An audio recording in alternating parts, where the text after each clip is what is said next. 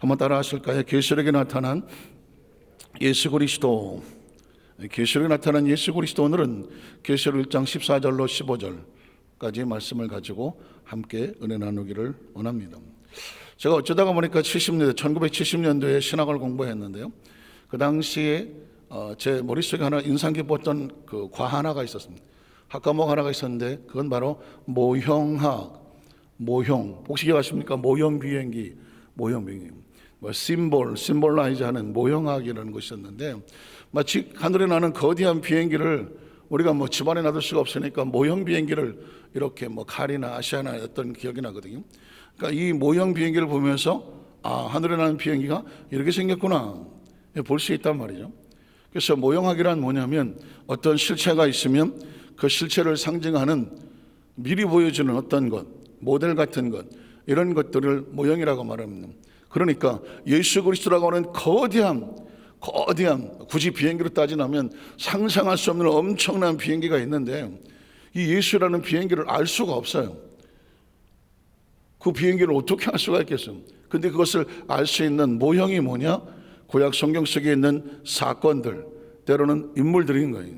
그러니까 구약 성경 속에 있는 사건이나 인물을 통해서 예수 그리스도는 이런 사역, 이런 분, 이렇게 우리에게 역사하시는 분이구나 하고 예수 그리스도를 알게 하는 그런 작은 모형들 같은 것이 뭐냐면 구약에 있는 인물이고 사건들인 것이죠.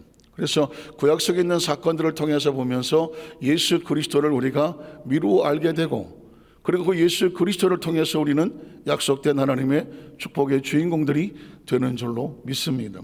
예를 들면 그렇죠. 지난주 제가 설교를 할 때 저도 그걸 의식한 것은 아니었는데 하나님의 약속을 찾다가 보니까 출애굽이라는 것은 모형이거든요. 모형. 이 출애굽의 의미를 모르면 이게 뭐야? 그냥 구약시대 역사죠. 이스라엘의 역사에 불과한 것이죠. 그런데 이게 모형이거든요. 무슨 모형이냐? 세상이란 애굽에서 모세를 통하여 이스라엘 백성을 탈출시키는 것입니다. 탈출시켜서 어디로 간다? 프라미스 랜드, 약속의 땅으로 가는 거죠. 그 가는 과정. 그래서 여러분 장례식 나면 그런 찬송 부르죠. 요단강 건너가 만나리 하죠. 요단강 건너가면 뭐가 있을까요? 가나안 땅에 있는 거거든요. 그래서 크리스찬들이 찬송 부를 때 나 가나안 땅에 들어가려고 내 모든 무거운 짐을 벗어버렸네.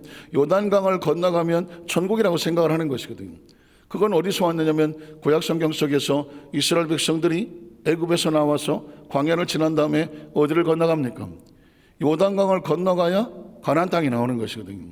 이 시대 속에서 예수 그리스도는 이 세상에서 우리를 마치 모세처럼 탈출을 시켜서 이 세상은 육신의 옷을 벗는 것을 요단강이라고 말하는, 그 요단강도 모형이거든요.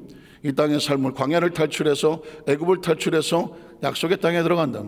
천국은 다른 말로 말하면 프라미스 랜드, 천국은 약속의 땅이거든요. 예수님께서 약속하신 그 땅, 육신의 옷을 벗고 영원한 자유가 있는 하나님의 축복에 그 젖과 꿀이 흐르는 하나님의 은혜가 차고 넘치는 것이 바로 가나안 땅이거든요. 마치 이런 것처럼, 그리고 마치 유월절도 제가 말씀드렸죠. 유월절의 언약과 예수 그리스도, 유월절은 왜 있는 거예요? 왜 양을 잡아서 피를 덮어야 되는 것이고 그때 왜 죽음의 사자가 넘어가는가? 양의 피가 무슨 의미가 있는가? 양의 피는 모형이거든요. 예수님이 땅에 오셨을 때 세례 요한이 뭐라고 그랬나요? 세상의 모든 죄를 짊어지고 하는 하나님의 어린 양을 말하는, 메시아를 보고 어린 양이라고 말한다고. 우린 잘 모르겠지만 이스라엘 백성들은 어린 양이라고 말하는 순간 뭘 생각합니까? 유월절을 생각하죠. 구약의 제사를 생각한단 말이죠. 제물을 생각한단 말이죠. 그 피를 생각한단 말이죠. 그 피가 덮으면 죄사함을 받고 하나님의 심판이 넘어가 버리잖아요. 그러니까 예수를 하나님의 어린 양이라고 보는 순간 예수님의 흘리신 보혈을 통해서 하나님의 심판이 세상의 모든 피 있는 자를 보고 넘어가 버리는 겁니다. 심판에서 건져주시는, 그래서 예수님을 하나님의 어린 양 예수, 다 그 의미도 그래서 나오는 것이거든요. 그러니까 유월절의 사건은 예수님께서 자기 백성을 건져내시고 패스오버, 덮어주시는 모형이죠. 모형.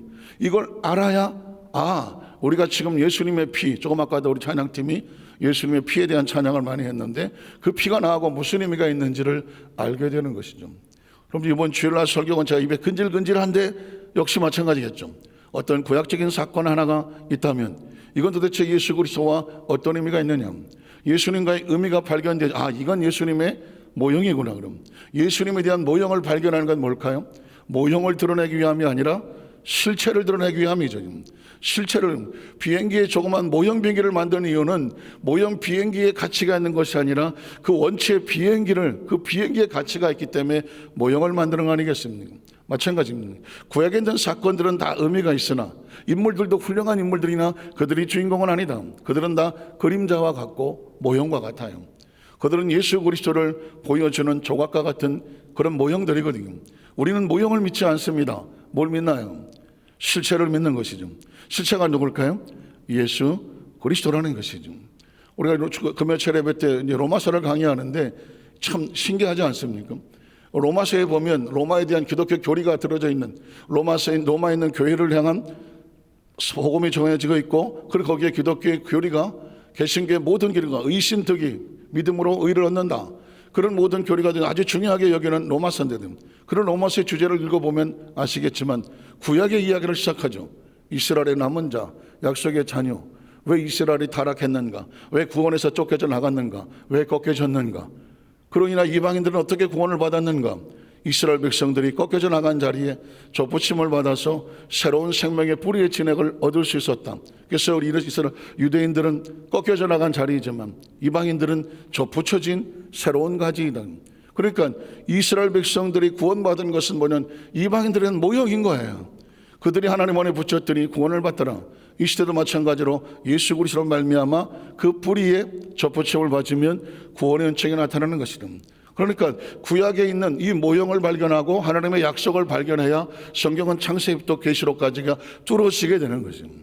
믿으십니까? 이걸 전체적으로 보지 아니하면 성경은 어떤 사람이 어떻게 설교를 하든 교훈입니다. 사랑합시다, 용서합시다, 나는 뭐 이렇게 했으니, 사건에 보면. 그러나 성경은 우리는 통으로 바라보요. 전체 창세부터 계시록까지를 전체적으로 바라보고 그 사건 하나에 집중하는 것이 아니라 사건의 예수 그리스도와 어떻게 연결되어져 있는 존재인가, 예수의 실체를 발견하고, 우리가 믿는 것은 예수니까 예수의 실체를 발견하면 나는 예수를 믿어서 나의 삶 속에 어떤 일이 벌어지는 것, 출애굽의 사건이 내 사건이고, 6월절의 사건이 내 사건이고, 이번 주일날 설교할 사건도 내 사건이고. 믿으십니까? 이스라엘의 남은 자도 그냥 이스라엘 백성들이 가지고 있는 신학적인 사상이 아니라 그 남은 자가 예수를 통하여 우리가 접붙여지니까 구원에 받은 축복받은 자녀가 바로 저와 여러분이 되는 것이고. 이게 왜 중요하냐? 계시록의 말씀도 보니까 계시록이라니까 막 뭐 휘황찬란하고 신비하고 뭐 전혀 듣도 보도 못한 얘기가 계시록에 있어서 뭐가 있나라고 혹시 했다면 실망할 수밖에 없죠. 왜냐하면 누구를 계시하고 있습니까? 계시록의 주체는 예수 그리스도거든요. 한번 따라하세요. 계시록은 예수 그리스도의 계시이다. 요한에게 보여준 예수님의 모습은 천상 가운데 보여지고 환상 가운데 보여졌지만, 역시 여러분 어제 그제 보셨겠지만 예수를 설명할 때 나오는 이야기는 구약의 성경에서 나오는 게 됩니다. 7 촛대가 나왔지 않습니까? 성막에 있던 7 촛대. 7 촛대가 뭐지? 그 당시 사람들은 몰랐습니다. 그러나 예수님의 환상 속에 발견해서 7 촛대는 7 교회였구나. 에서보, 두사벨라. 그 7 교회는 오늘날 시대에 수없이 많은 교회들이 있는데, 교회를 창조하시고 교회를 세우시고 교회를 끌어가시는 예수 그리스도, 교회 가운데 계시는 예수 그리스도, 기억하시죠? 7 촛대 가운데 거리는 예수 그리스도. 그런 인자라고 표현을 하시면서 어떻게 했나요? 거룩한 세마파의 옷을 입고 가슴에 금띠를 두르더라. 이거는 제사장이었더라. 구약시대 제사장은 24명이나 있었다. 왜냐하면 혹시 기억하시겠지만 제사장들이 하나님께 나아갈 때, 하나님께 나아가신 사람은 유일한 제사장이었거든요. 발목에다가 방울을 달고 들어갔어요. 그리고 그 줄을 묶어서 바깥에 있었습니다. 그래서 제사장이 움직이면 방울이 움직였어요. 딸랑딸랑. 그럼 바깥에서 어떻게 하느냐? 아직 살아있구나. 제사장은요, 목숨을 거는 겁니다. 이건. 제사장이 뭘 잘못하고 죄가 있고 뭔가 흠결이 있으면 그 지성소에 들어갈 수가 없는데 근데 거기를 세마포스를 입고 들어갔다. 그런데 거기서 딸랑딸랑 움직이다가 그만 딸랑 소리가 안 나요. 뭐 한 걸까요? 죽었어. 그럼 어떡해? 누가 들어갈 수가 없어. 발에 묶은 줄을 당겨야 돼. 제사장의 싸늘한 시신이 나오는 거예요. 이건 뭐냐면 하나님의 거룩한 임재 앞에서 누구도 하나님을 속이지 말라. 하나님은 사랑의 하나님이고 은혜의 하나님이지만 그러나 아주 준엄한 심판 앞에, 그러니까 죄는 하나님 앞에서 일체도 숨겨질 수가 없는 거예요. 그래서 제사장이 24명이나 있었어. 한 명이 죽으면 그 다음 타라가 들어가야 돼. 제사장은 막 기쁘고 즐겁게 들어가겠습니까? 두렵고 떨리게 들어가겠습니까? 두렵고 떨려 들어가면 나온다는 보장이 없어. 24명이나 세워놨다니까요. 계속 바뀌어 제사장은. 그래서 들어갔다 살아나오면 살아나온 거예요. 다음에 또 들어가는 24명이 났다니까요. 여러분 어떻게 보셨지만 그러나 한 번에 영원히 온전한 대제사장이 된 예수 그리스도는 갈릴 일이 없다, 바뀔 일이 없다. 이유가 뭘까요? 그 제사장은 혼자 흠없고 점없으며 인자와 같이 육신의 몸을 입으시나 죄는 없으시느니라. 그 영원한 대제사장 되는 예수께서 어떻게 하나님과 우리 사이에 그 길을 열으셨기 때문에 I am the way, 내가 길이야, 내가 진리야, 내가 생명이야 라고 말씀하시는 것입니다. 이렇게 이건 요한계시록을 바라보는 틀이에요. 이 틀을 가지고 있으면 이제 뭐 14절이 됐든 15절이 됐든 16절은 어디를 들어가든 우리는 계시록에서 누구를 발견한다? 예수님을 발견합니다. 예수를 발견합니다. 그래서 요한계시록은 예수님의 계시라는 것이죠. 자, 제가 한번 오늘 14절을 한번 들어가 볼까요? 14절도 신기할 정도로 요한은 환상 가운데 예수님을 발견했는데 그 예수님을 설명하는 내용이 많아. 나중에 제가 이제 계시록에 나타난 예수 그리스도의 모습만 한번 제가 쭉 뽑아서 여러분에게 한번 좀 보여드리고 싶은 생각이 좀 간절한데요. 지금 14절, 어제도 12절 하다가 13절을 하고 넘어가지를 못하잖아요. 왜냐하면 한 부분을 갖다가 예수님의 모습을 구약과 비교해서 우리에게 설명하고 계시하고 있기 때문입니다. 자, 14절에 나타난 예수님의 모습은 어떨까요? 예수님의 머리와 털의 희기가 신 양털과 같다. 그러니까 요한도 예수님을 보는데 뭐라고 묘사할 수 있는 자신이 가지고 있는 언어의 한계가 있고 상상의 한계가 있는 거예요. 요한이 예수를 봤더니 그 예수는 같이 땅에 있었던 예수가 아니라 승천하셔서 환상과 보좌 가운데 계신 예수님이거든요. 예수를 봤더니 그의 머리와 털의 기가 신 양털과 같다, 눈과 같다. 그 얘기는 뭘까요? 그 당시 사람 입장에서 볼 때에 그 빛난 예수님의 모습을 설명할 길이 없어. 뭐라고 설명해? 할 수 있는 것은 뭐냐? 양털같이 희다. 그게 다예요. 여러분에게 빛을 자, 빛에 대해 설명, 빛이 어떻습니까? 라고 하면 빛의 색깔을 뭐라고 하겠습니까? 빛을 바라보는 순간 휘황찬란하다, 뭐 눈이 부시다, 뭐 정말 백옥같이 하얗다, 뭐 할 수 있는 표현은 그런 것밖에 없단 말이죠. 우리 인간의 머리 가지고. 그럼 빛의 존재가 그 말로 표현이 됩니까? 그러나 의도는 알겠죠. 흠없고 점없고 거룩하고 순결한 아주 엄청난 존재를 눈앞에 막닥뜨렸던, 아마 우리가 하나님 앞에 나아갔을 때에 상상할 수 없는 빛으로 덮여지게 될 것이고 빛 속으로 들어가게 될 것인데, 미리 요한은 그 모습을 우리에게 보여주는 것이죠. 구약 성경 속에서도 하나님을 만났던, 하나님 예수님을 만났던 존재들은 것도 빛으로 만났습니다. 다니엘서 7장 9절에 보면 내가 보니 왕자가 보여. 다니엘은 묵시록입니다. 계시록이거든요. 구약 시대에 묵시록이 있는데 다니엘은 묵시록이라고 말해요. 계시록이라고 말하지 않고 묵시나 계시나 같은 거지만, 계시는 열려진다는 의미가 있고 묵시는 감춰진 것들이 보여진다는 의미가 있습니다. 그래서 다니엘서도 묵시록이거든요. 묵시록인데 뭐냐면 마치 요한과 같아요. 하나님의 나라식은 묵시 아닙니까? 보이지지 않는 것을 사람이 보려고 하니까 상상대밖에 안 되는 거죠. 내가 보니 왕자가 보이고 옛적부터 항상 계시니. 그러니까 하나님 예수님이란 존재, 하나님이란 존재를 설명할 길이 없어요. 인간은 예적부터 계시지 못하죠. 시간 안에 갇혀 있죠. 그러나 이 다니엘이 보니까 하나님이란 존재, 그리고 성자 예수를 만났다면 뭐라고 설명하겠습니까? 시간적인 초월이죠. 옛적부터 항상 계시니가 보좌에 좌정을 하셨다. 그런데 그의 옷은 어떻습니까? 희기가 눈과 같군. 어느 시대든 다니엘이 보았던 예수 그리스도의 문, 다니엘이 보았던 하늘의 세계 속에 있는 것은 빛일 수밖에 없어요. 그래서 어떻게 합니까? 눈 같고 빨래를 한 것좀 시다. 그의 머리털은 깨끗한 양의 털과 같고 그의 보좌는 불꽃이요 그의 바퀴는 타오르는 불꽃과 같다. 이 다니엘이 보았던 이 모습과 오늘 요한이 말하는 모습과 너무 똑같지 않습니까? 자, 요한계시록 1장 14절에도 보니까 그렇게 다시 한번 볼까요? 그의 머리와 털의 기가 흰 양털과 같더라는 거죠.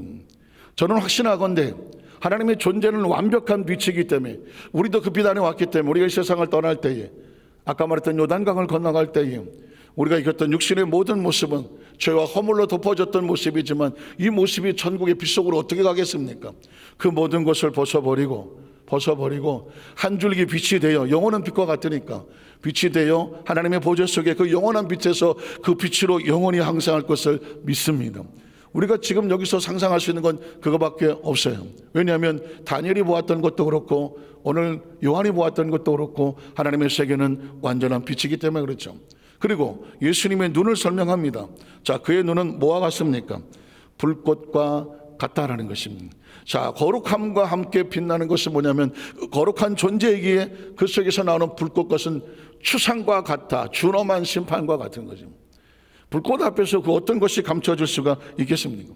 예수님의 통찰력과 같은, 계시록 2장 18절에 보면 예수님이 이렇게 그 시대 7교회 사자들, 특별히 7교회에 대해서 설명할 때 두 아들의 교회 사자에게 편지하라. 그의 눈이 불꽃 같다. 그의 눈이 불꽃 같다. 어떤 불꽃 같은 눈초리로 바라본다는 얘기는 그 앞에 감출 것이 있다 없다? 감출 것이 없다는. 우리가 신앙생활하면서 아주 정말 무한하게 착각을 하면서 조심해야 될 것 중에 하나는 하나님을 감출 수 있다고 생각하는 거죠.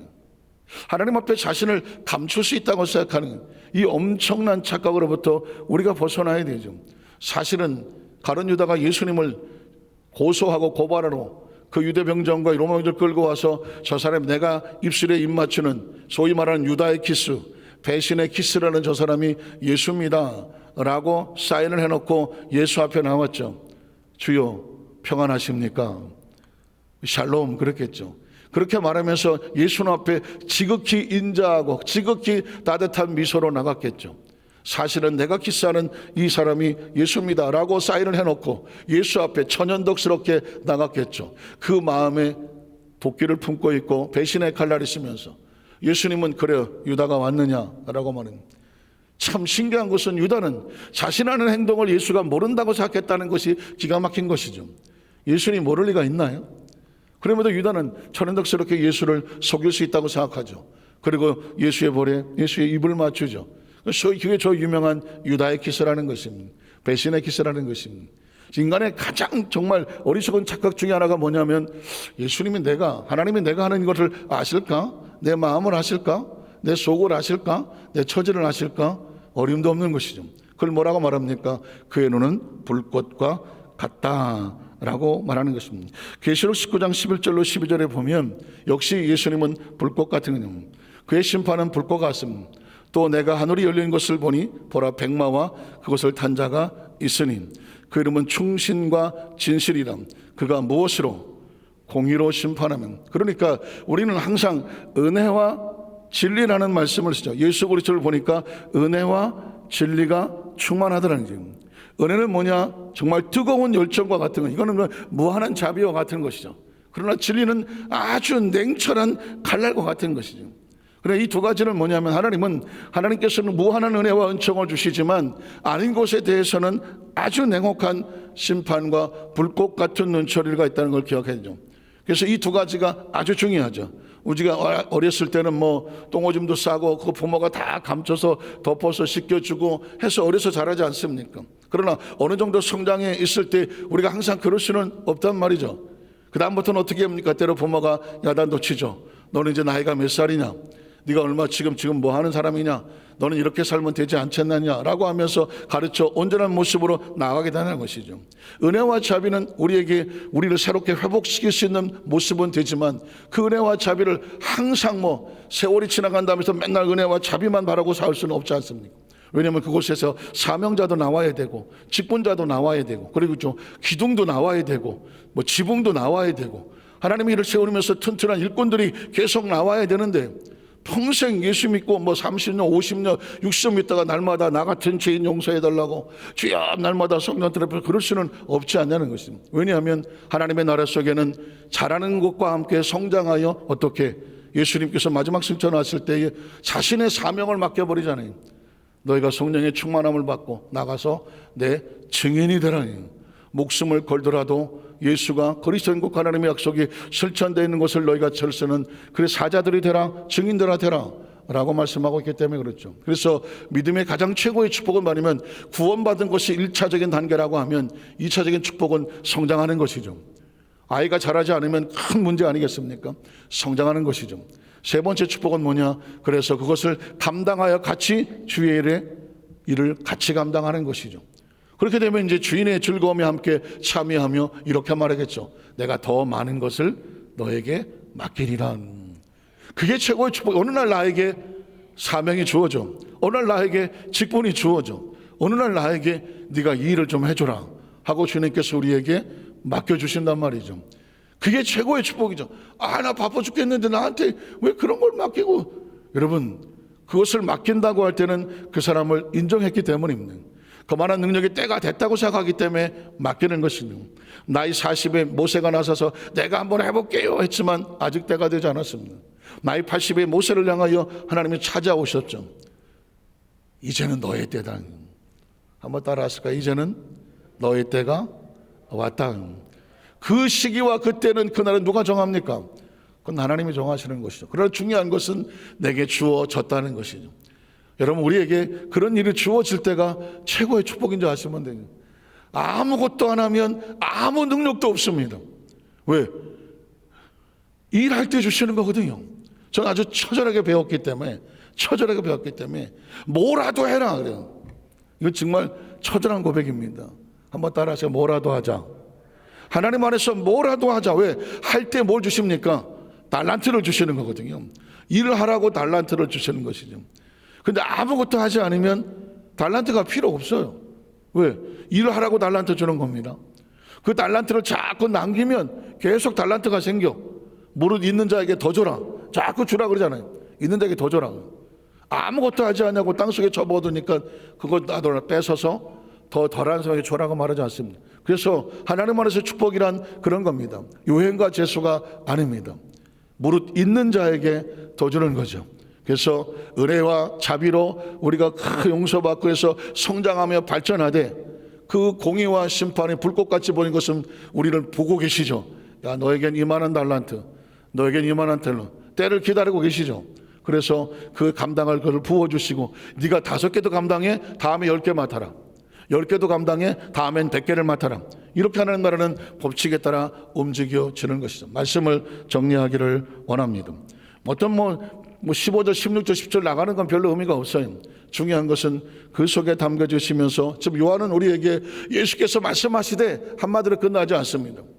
예수님이 어디 계시는지 7교회 가운데 예수님께서 자신을 뭐라고 말하는지 인자라고 말하고 그 예수님께서 그 말씀하시는 그 모습 속에서 가지고 있는 그 모든 음성들, 모습들, 눈빛들, 의상들, 오죽하면 머리털부터 옷의 색깔까지 이런 예수님의 모습을 통해서 계시하시는 예수님이 가지고 있는 그 모습을 통해서 우리로 깨닫게 하는 것이죠.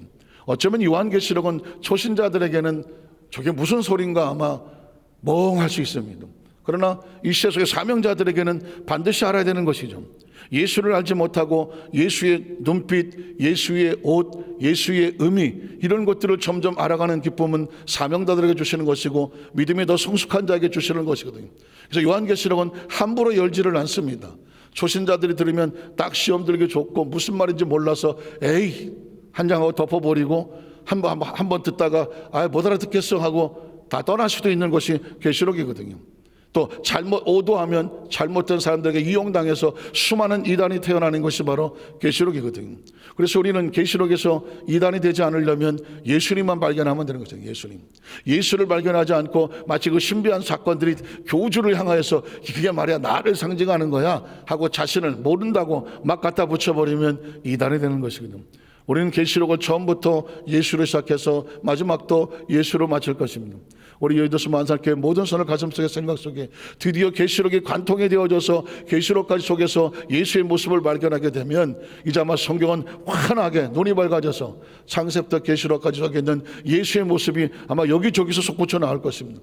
적어도 저와 여러분은 예수님에 대해서만큼은 전문가라고 쓰기는 좀 그렇지만 성경 속에 있는 예수님을 발견하는데 전혀 부족함이 없는 영안이 열려지고 영안이 열려지고 영적인 사명자와 성장한 충성된 일꾼들로 착하고 충성되게 인정받고 칭찬받고 더 많은 상을 받으시기를 주님의 이름으로 축복합니다. 기도하겠습니다. 하나님 아버지 감사합니다.